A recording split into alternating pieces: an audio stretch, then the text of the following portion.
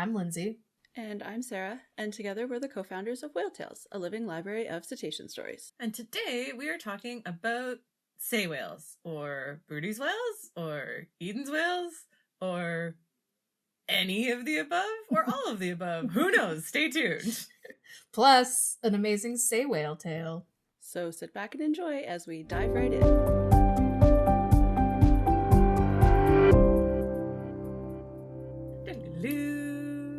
So yes, hello everybody, and welcome to our podcast episode where we talk about all of the remaining rorqual, so baleen whales that aren't shaped like right whales and bowhead whales, basically, that all look the same and / at one point in time in history were the same, but aren't the same.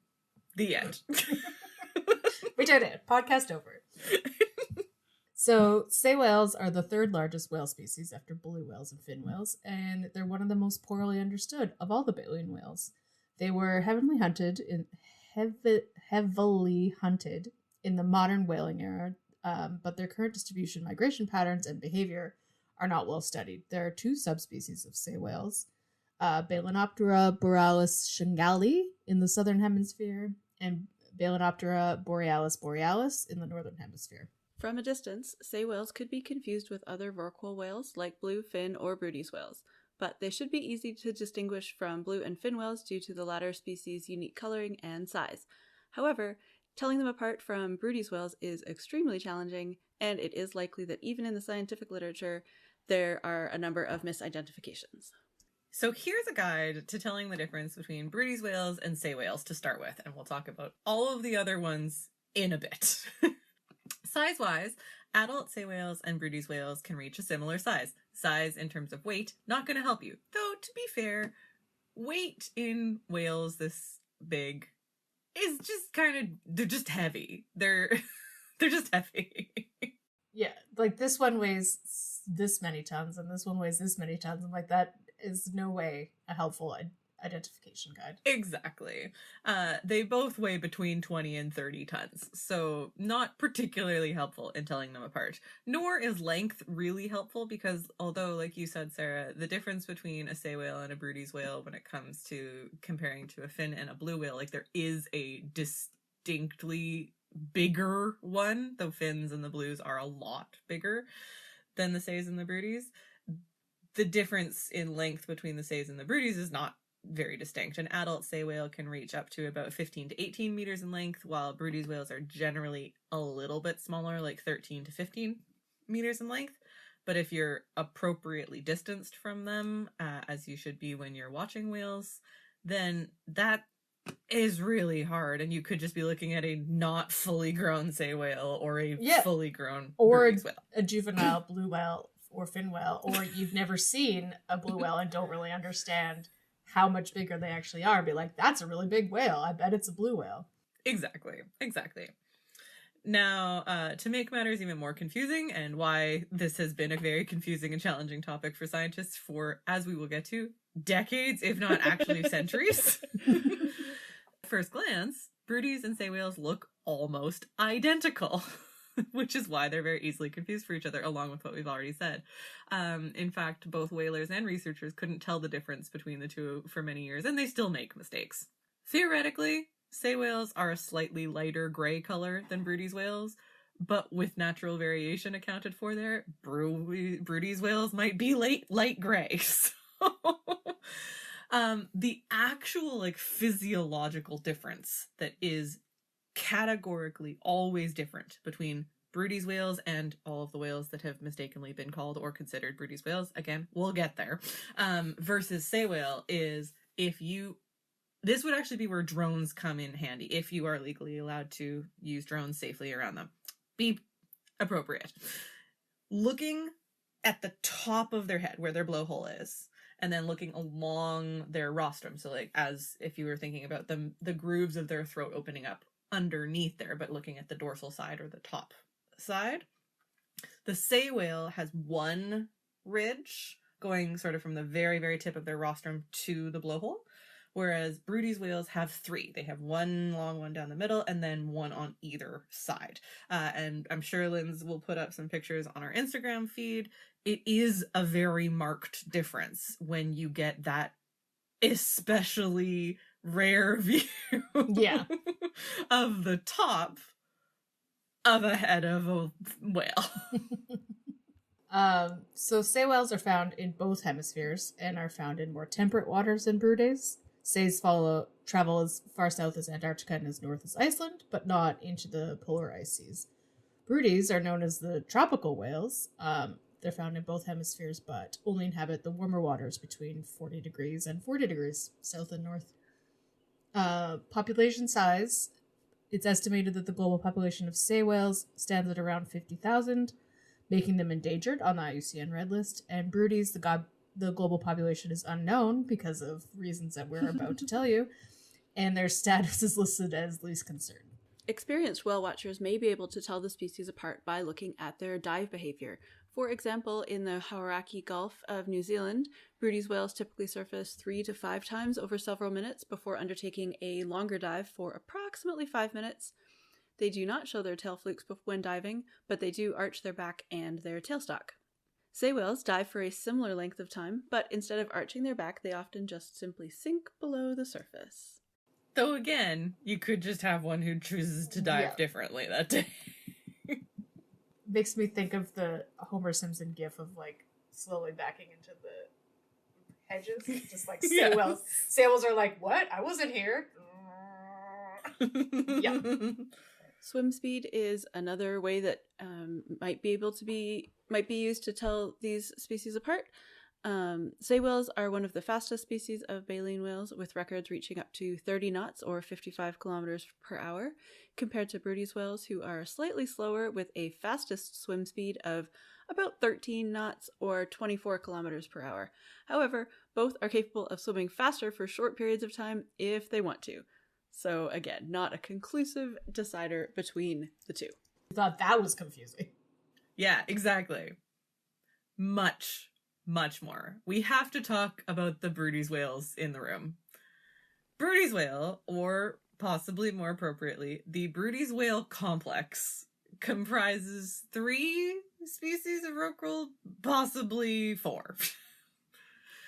The complex is in reference to the number and classification that is more unclear than regular listeners of this podcast will know of any other species that we've talked about. And this is something we talk about a lot. So when we say the Brydes whale's speciation is especially complicated, you know how bad it is. There is a significant lack of definitive information and research here. The common Brydes whale, Balænoptera bryde, is a larger form that occurs worldwide in warm, temperate, and tropical waters. And then the Setang or Eden's whale, Balænoptera edenae, is a smaller form that may be restricted to, and count I said, maybe, may be restricted to the Indo-Pacific.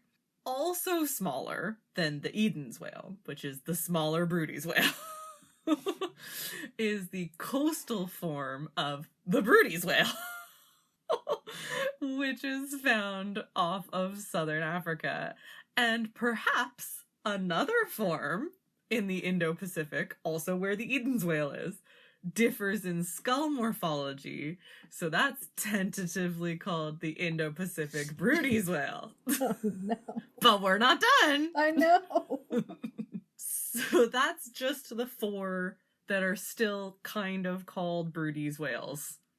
There's also 2 other ones, which were, for up until, in one case, last year, well, I guess we're 2023 now, 2 years ago, also considered to be Brydes whales. So the recently described Omura's whale, which was described in 2003, was formerly thought to be a pygmy form of the Brydes whale, but is now recognized as a distinct species. And then, in 2021, the Rice's whale, which makes its home solely in the Gulf of Mexico, was distinguished as a distinct population of Bryde's whale. So now Rice's whales are their own thing. But if you read anything about Bryde's whales prior to 2021, Rice's whales are just in there as yet another subpopulation of a subspecies of the Bryde's whale. It's fun. I can tell by Nicole's tone that she had like a bulletin board and some string when she was writing these notes.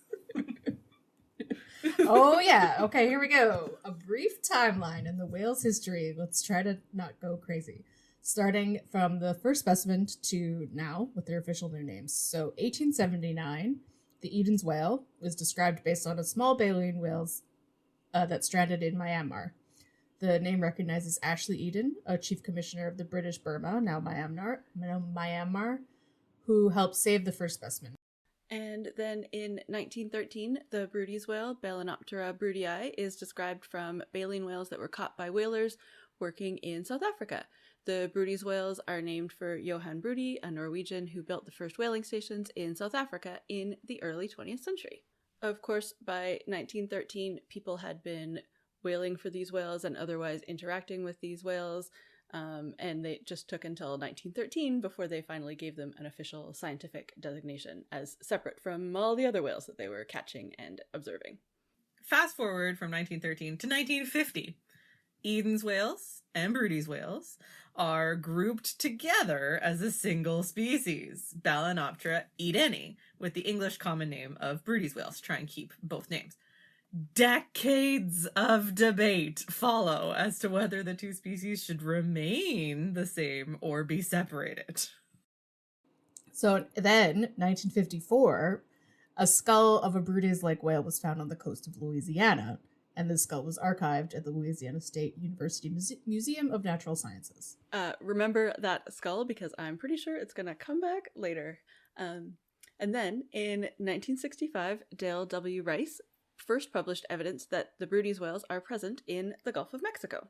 And I'll take note here, listener, to say this is when it looked like I was an FBI agent investigating a serial killer with my board. So remember that whale's evidence by Dr. Rice was published in 1965. We're now forwarding to 1999. So there's continuous debate going on in the 60s and 70s and 80s and 90s, but like, oh, are they two species or are they one species? They're in different places, but also they migrate, and also they're in like basically everywhere except the poles.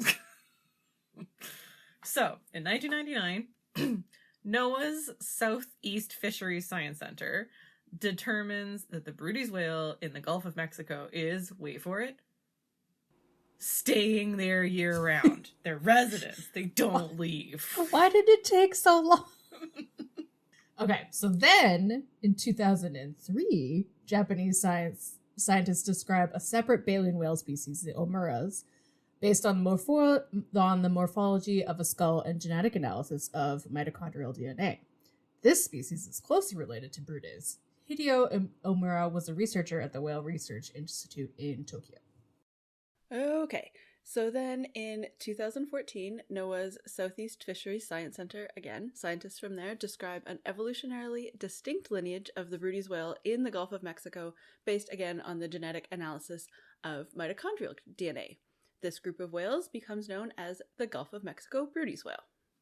Ah, but then, in 2019, a Bryde's-like whale strands on the Gulf Coast of Florida and is genetically confirmed to be a Gulf of Mexico Bryde's whale.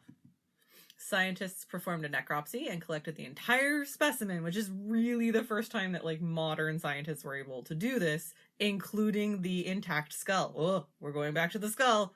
Okay, then, in 2021, a formal scientific description of the Bryde's-like whale in the Gulf of Mexico, known as the Rice's whale, is published. Morphological features in the skull and a high degree of genetic divergence distinguish this from all other Bryde's-like whale species and subspecies. The skull of the whale from Florida was compared to the skull of the juvenile Bryde's-like whale that was stranded in 2003 in North Carolina, provided by researchers at the University of North Carolina, Wilmington. The morphological comparisons were found to be consistent. A genetic analysis of the skull found on the coast of Louisiana in 1954 and the whale from North Carolina confirmed them to be Rice's whales, and Rice's are named in honor of Dale W. Rice. This is also where we have our call to action for the episode coming way earlier than usual. If you find the skull of a whale, keep it. Yeah, it's important. Let people know you have it, because it may be that one skull 70 years later is used to identify a new species of whale. So that timeline was adapted from something that we'll link in the show notes, which is basically how the Gulf of Mexico Bryde's whales became Rice's whales. So thank you, Noah, and thank you, Nicole, for writing all of that out. And I'm sorry that I suggested this time. Oh, science. I feel like that's really the theme of all of our episodes. Oh, science.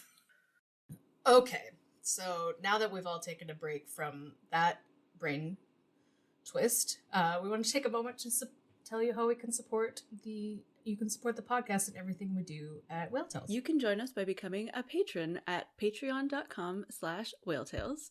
You can join us for $1 a month at the porpoise level, $5 a month at the dolphin level, or $10 a month at the whale level.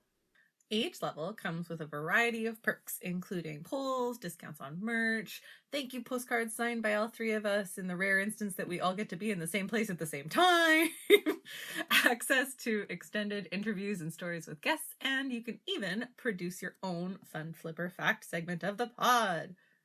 Plus, we have very, very exciting news, everyone. A new perk for our whale level patrons. And if you are already a porpoise or a dolphin level patron, or not a patron at all, you can change your level, become a whale level patron, because we are starting a new whale level only podcast called Whale Tales Watches, where the three of us will watch a, let's say, generously marine related movie.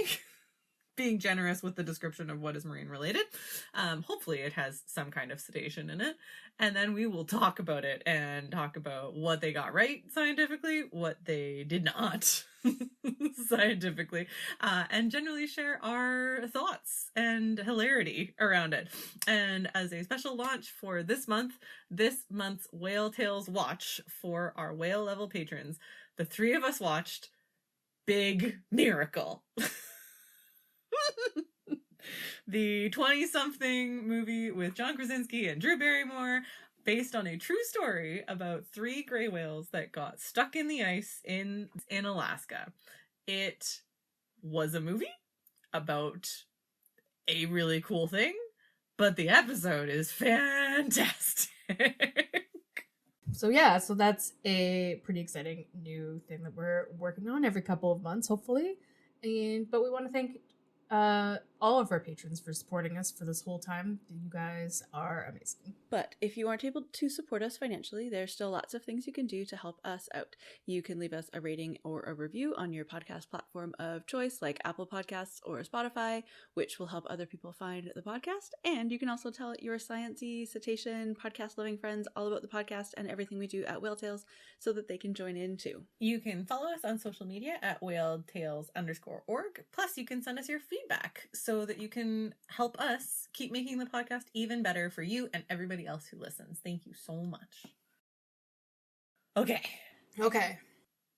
My brain is off lines and maps and timelines, and it's ready for a fun flipper fact. Are you ready for a fun flipper fact? I'm always. Okay, it's time for Fun Flipper Fact, Fun Flipper Fact. It's time for a Fun Flipper Fact. Yeah! This is a Fun Flipper etymology fact, which is, for those, again, regular listeners know, is particularly up my alley. If I can find a fact that is language-based and cetacean-based, mwah, it's a happy place for me. And hopefully for you too. And it has to do with our oh-so-favorite sei whales. Now, I apologize in advance if I butcher the pronunciation of any of this, because I'm going to attempt to say the Japanese names for the sei whales and the Bryde's whales. We were just talking about the English things and how messed up that is, so bear with me.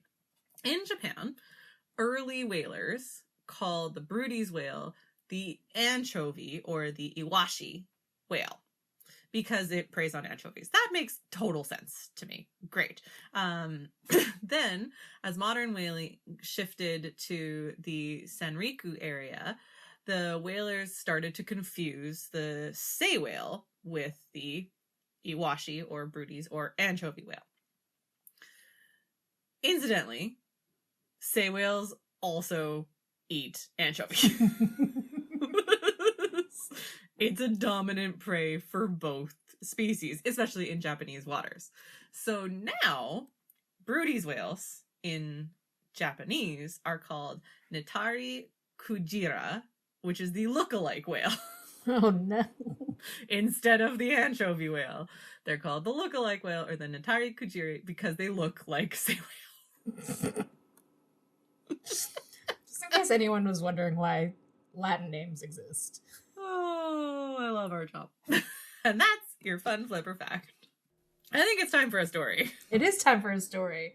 And the story comes to us from Maria from Azores Whale Watching. Again, she sent us this story last spring, and we're super excited that she sent in another one. I just looked at it, and it's pretty amazing. About basically a super pod of sei whales and dolphins. Hello. This is Maria. I'm a whale watching guide that travels between Baja and the Azores. And in both areas, we can see Bryde's whales and sei whales. However, it is more likely to see sei whales in the Azores and Bryde's whales in Baja. And these two species are not famous for providing great sightings on a normal basis, to be honest. They are mostly solitary animals.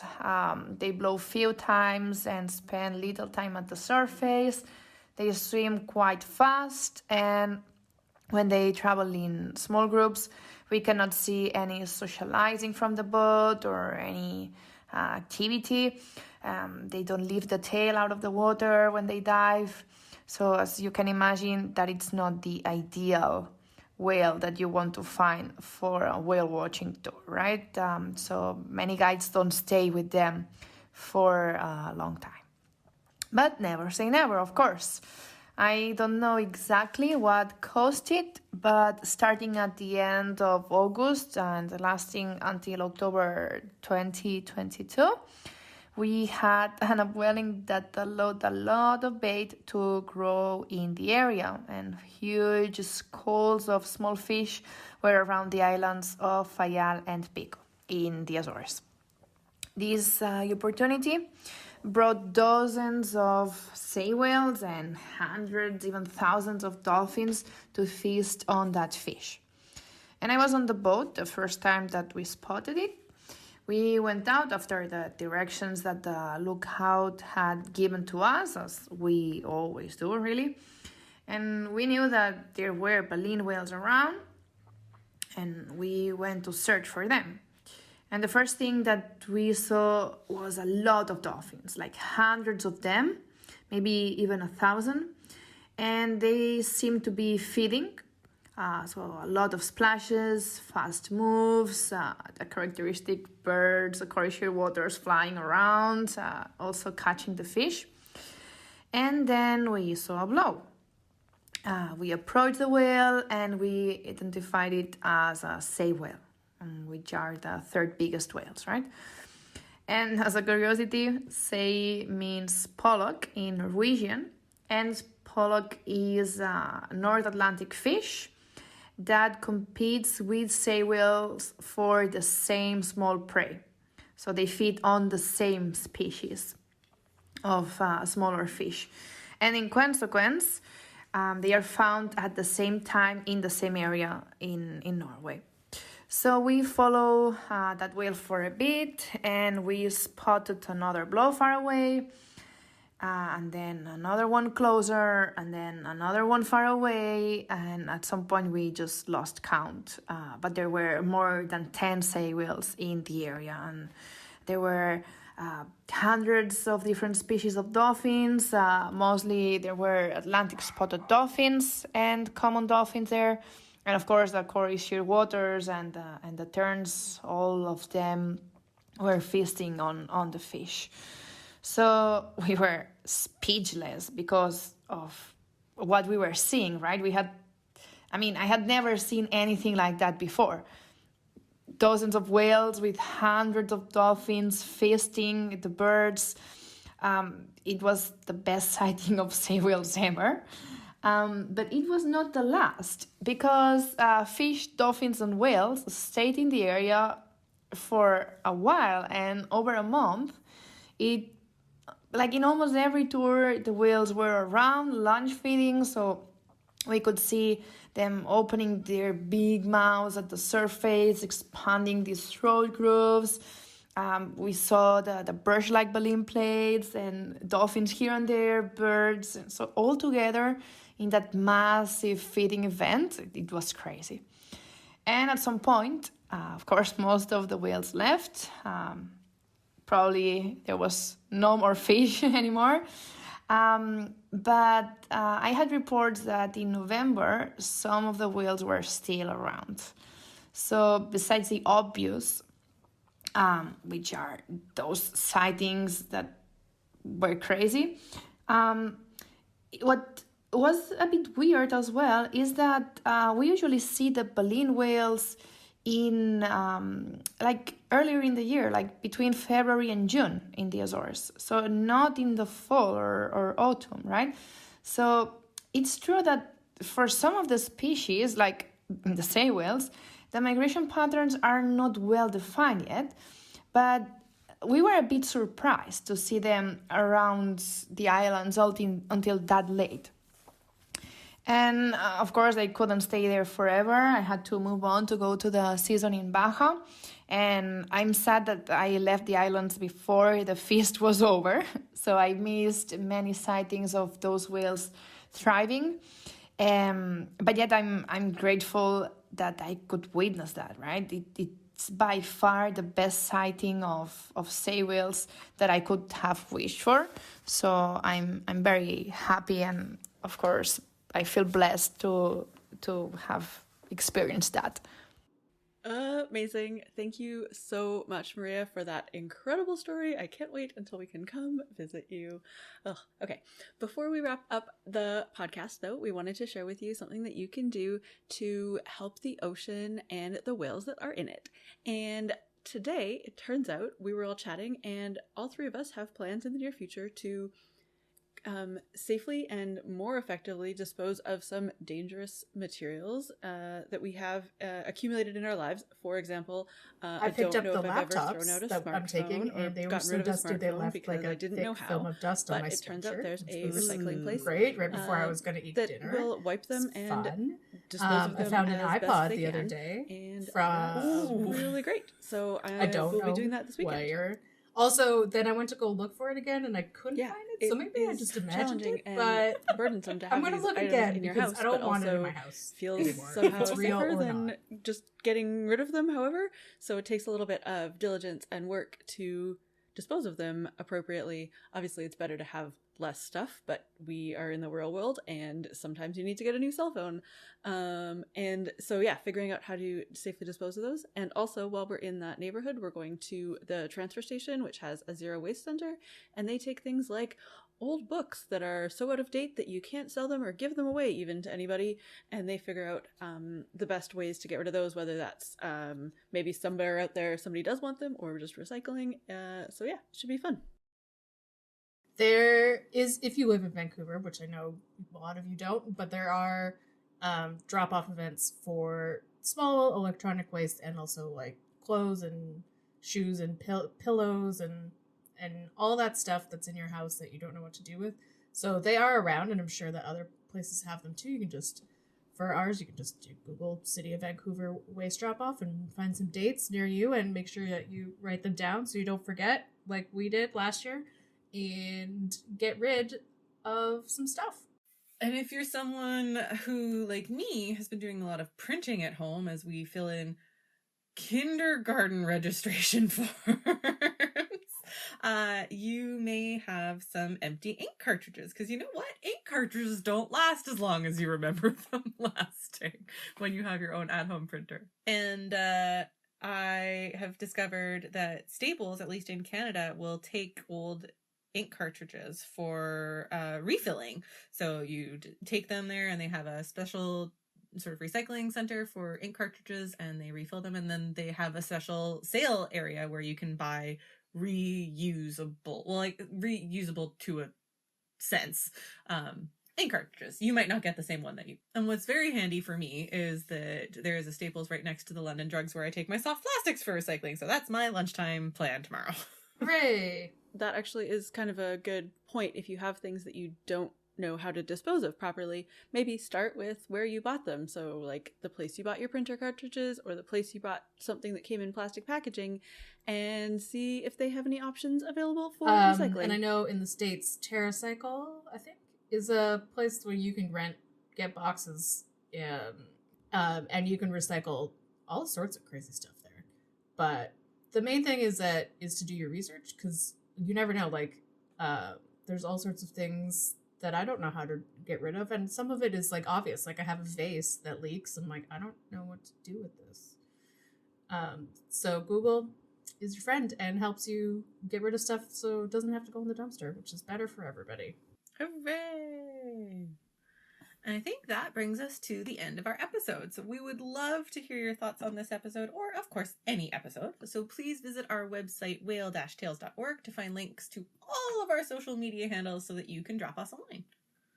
You can also head to our website to subscribe to the podcast, check out our merchandise, learn about supporting us and becoming a patron, and while you're there, read over 1,200 whale, dolphin, and porpoise That's stories. whale-tales.org. Tales like the story, not tales like the animal. Also, now seems like a good time to let you know that next month's episode, we will be doing a mailbag episode. So you can reach out to us through our website or on social media and send us any of your cetacean questions. And we will answer them on the next podcast. So send in your questions by February 9th, 2023.